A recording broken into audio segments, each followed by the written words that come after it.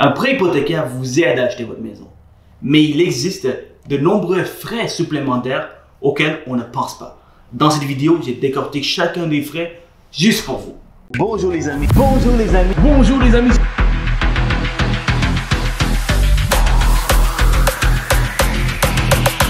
Appelez-moi Sylvain Finance Tout. Bonjour tout le monde, j'espère que vous allez bien. C'est Sylvain Finance Tout, votre courtier hypothécaire, votre ami en immobilier. Aujourd'hui, j'aimerais prendre le temps de décortiquer chacun des frais. Prenez un papier et un crayon, ça va être super important de décortiquer, prévoir votre budget afin que vous puissiez faire une bonne transaction. Tout d'abord, commençons par la mise de fonds. Il y a certaines personnes qui pensent que le minimum qu'on a besoin pour acheter votre maison, c'est autant que 20%. Mais c'est faux, guys. Le minimum qu'on a besoin, c'est aussi peu que 5%. Avec 5% de mise de fonds, vous avez la chance d'acheter votre propriété de rêve.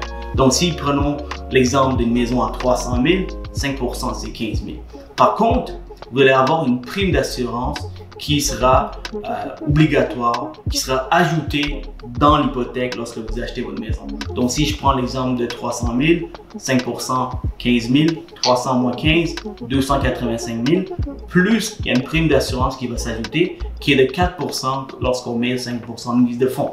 Donc, 4% de 285 000, c'est 11 400 qui va s'ajouter. Donc, votre hypothèque finale sur 25 ans sera de 296 400. Si vous voulez éviter de payer cette prime d'assurance, il faut mettre 20%. Par contre, combien de temps ça va prendre pour mettre 20%? Ça peut être 2 ans, 3 ans, 4 ans.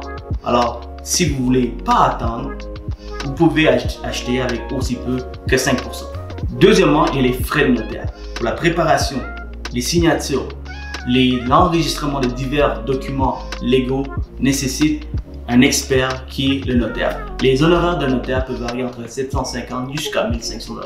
En travaillant avec un courtier hypothécaire ou un courtier immobilier, vous allez avoir la chance d'avoir des références, des meilleurs notaires, des meilleurs prix et aussi meilleurs notaires dans votre secteur. Ensuite, je vous recommande fortement de penser à produire votre testament et mandat en cas d'inaptitude. Le prix varie entre 350 et 500. Je dirais que c'est pas obligatoire, par contre c'est important, c'est comme les assurances, quand ça arrive c'est trop tard, donc c'est important de protéger vous et votre famille. Il y a aussi les assurances titres. Avec les assurances titres, certains prêteurs peuvent exiger de l'avoir. C'est quoi exactement une assurance titre? C'est pour protéger de tous les défauts, tous les problèmes qu'on peut avoir sur les titres de la propriété. Ça veut dire quoi? Je vous donne un exemple. Par exemple, vous allez en voyage, vous revenez, la maison ne vous appartient plus, quelqu'un a fraudé, a falsifié les documents, il a passé pour vous chez le notaire pour vendre la maison ou refinancer la maison. C'est des choses qui arrivent rarement au Québec parce qu'on a un système qui vous protège assez bien. Par contre, si ça arrive, au moins vous êtes protégé pour aussi peu que 300 $. Donc avec 300, 350, 400 maximum, vous êtes protégé pour la vie, pour la durée du prêt, pour la maison. Alors je vous conseille fortement. Souvenez-vous de la prime d'assurance qu'il faut payer lorsqu'on met moins que 20%. Dans l'exemple de tantôt, je vous ai dit que pour une maison de 300 000, si on met 15 000 $ de mise de fonds, vous avez un prêt de 285 000. Et sur ce prêt, il y a 11 400 $ qui s'ajoutent. Ce 11 400 $, vous ne payez pas, elle est dans le prêt. Elle est ajoutée dans le prêt pendant une période de 25 ans. Par contre, sur cette prime, vous devez payer les taxes. Ces taxes sont de 9%. Donc 9% de 11 400 $, c'est autour de 1026 $. Rajustement des taxes foncières et des frais de service. Lorsque vous achetez une maison, il se peut que le vendeur a déjà payé pour l'année au complète les taxes foncières et les frais de service. Donc c'est important de faire le rajustement. Le notaire va s'en occuper de tout ça. Alors vous n'avez rien à faire, le notaire s'en occupe. Il y a le certificat de localisation auquel on doit penser. Je dirais que les frais pour un certificat de localisation sont autour de 1000 $. Lorsqu'on veut un prêt hypothécaire, le prêteur peut exiger un certificat de localisation valide. Qu'est-ce que je veux dire valide? C'est qu'un certificat est bon pour 10 ans. Si jamais elle est expirée, vous devez produire un autre. Si le vendeur ne veut pas assumer le coût, vous devez le faire par vous-même. Sinon, une assurance titre que vous payez peut remplacer en attendant pour que vous puissiez passer chez le notaire. Aussi simple que ça. Il y a également les frais d'évaluation auxquels on doit penser. Par contre, les frais d'évaluation sont seulement payables par le client lorsqu'on fait affaire avec des prêteurs alternatifs ou prêts privés. Les prêts, les prix peuvent varier entre 500 jusqu'à 600, 700 $ et plus dans le commercial. Par contre, si vous êtes dans le prêt bancaire, ne vous en tenez pas compte, c'est les prêteurs qui vont assumer le coût s'ils veulent une évaluation sur la propriété. Et pourquoi? Parce qu'ils veulent s'assurer que vous payez un bon prix, que vous ne payez pas un gros montant pour la valeur de la propriété. Ils peuvent commander une évaluation aussi simple que ça. Ils vont assumer le coût si jamais il y a une évaluation dans les prêts bancaires. Il y a aussi le programme qui est super intéressant qui est l'achat rénovation. Lorsque vous achetez une maison, on va dire que la maison vaut 300 000 et vous adorez la maison. Par contre, il y a des petites choses que vous aimeriez améliorer, vous aimeriez rénover. Si vous n'avez pas l'argent, pas de problème, la banque peut vous prêter. Alors, mettons que la salle de bain, la cuisine, vous voulez améliorer, donc vous demandez un prêt de 15 000 $. Vous pouvez aller chercher ce prêt de 15 000 $ par-dessus le prêt de 300 000 $ qu'on emprunte déjà. Donc 300 000 plus 15 000, donc 315 000 de prêt qu'on va vous accorder. Puis sur ce montant, on va calculer la mise de fonds de 5% sur 315 000. Maintenant, lorsqu'on adhère à ce programme, il faut payer une inspection finale après les travaux. Pourquoi? C'est parce qu'on ne vous donne pas l'argent tout de suite. On va demander une soumission des travaux. Et avec les soumissions, on va activer cette 15 000 $ qui sera envoyée chez le notaire et elle sera dans un compte fidéicommis en attendant que vous terminez les travaux avec votre propre argent. Et lorsqu'ils seront terminés, il y a un inspecteur qui va venir évaluer les lieux, s'assurer que l'inspection a bel et bien été faite.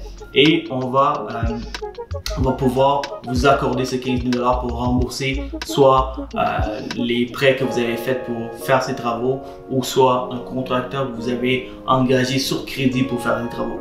Donc l'inspection peut coûter autour de 150 $.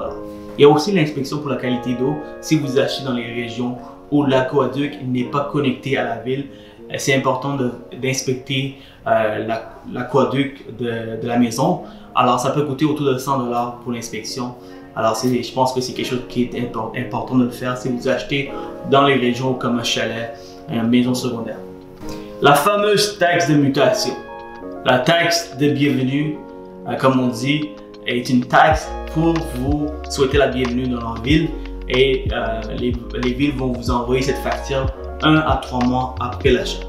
Alors, comment on calcule la taxe de bienvenue? C'est très simple, guys. Le premier tranche de 50 000, c'est 0,50% et l'autre tranche de 50 à 250 000, c'est 1%. Et tout ce qui excède le 200 000, c'est 1,5%. C'est les taxes que vous devez payer pour les taxes de bienvenue.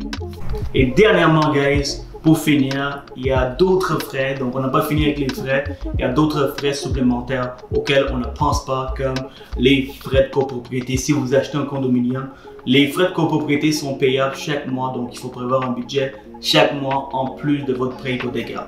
Donc ça peut varier entre 50 $ jusqu'à 200, 300, même 500 $ des fois. Il y a aussi les frais de déménagement. Lorsqu'on achète une maison, il faut déménager nos meubles. Donc c'est super important d'avoir un budget pour le déménagement, à moins que vous avez des super bons amis qui peuvent faire la job, closer le deal avec juste des boîtes de pizza. Sinon, il y a aussi les frais pour les rénovations. Donc, si vous voulez peinturer la maison, si vous voulez aménager, faire plein de rénovations, de petites rénovations, il faut prévoir un budget. Il y a également l'assurance vie, invalidité, habitation auquel on doit penser.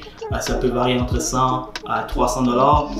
L'assurance habitation est obligatoire, donc ça c'est comme une assurance auto, c'est obligatoire. Ça peut varier dépendamment de la maison entre 50 à 100 $. Il y a également, dernièrement, pour finir, oui, on a fini avec les frais. Il y a les frais pour les meubles électroménagers. Donc, il faut aller chercher un prêt si vous voulez meubler de nouvelles électroménagers pour la maison. C'est super important de prévoir un budget. Et puis, that's it, guys. Il n'y a pas d'autres frais, je vous rassure. Comme vous avez remarqué, j'ai décortiqué tous les frais lorsqu'on pense acheter une maison. Donc, j'espère que je vous ai aidé. J'espère que vous avez pris des notes. C'est super important. Si vous voulez savoir c'est quoi le maximum que vous pouvez emprunter, consulter un courtier hypothécaire. Il a accès à la majorité des banques. Il va aller chercher le maximum pour votre situation financière. Tous les banques, ils ne calculent pas de la même façon. Alors, c'est important de consulter un courtier hypothécaire qui va faire la job. Consulter un courtier hypothécaire, c'est-à-dire consulter moi, évidemment. Ça va nous faire plaisir, ça va me faire plaisir de vous aider. Sur ce, je vous souhaite une excellente journée et à la prochaine vidéo.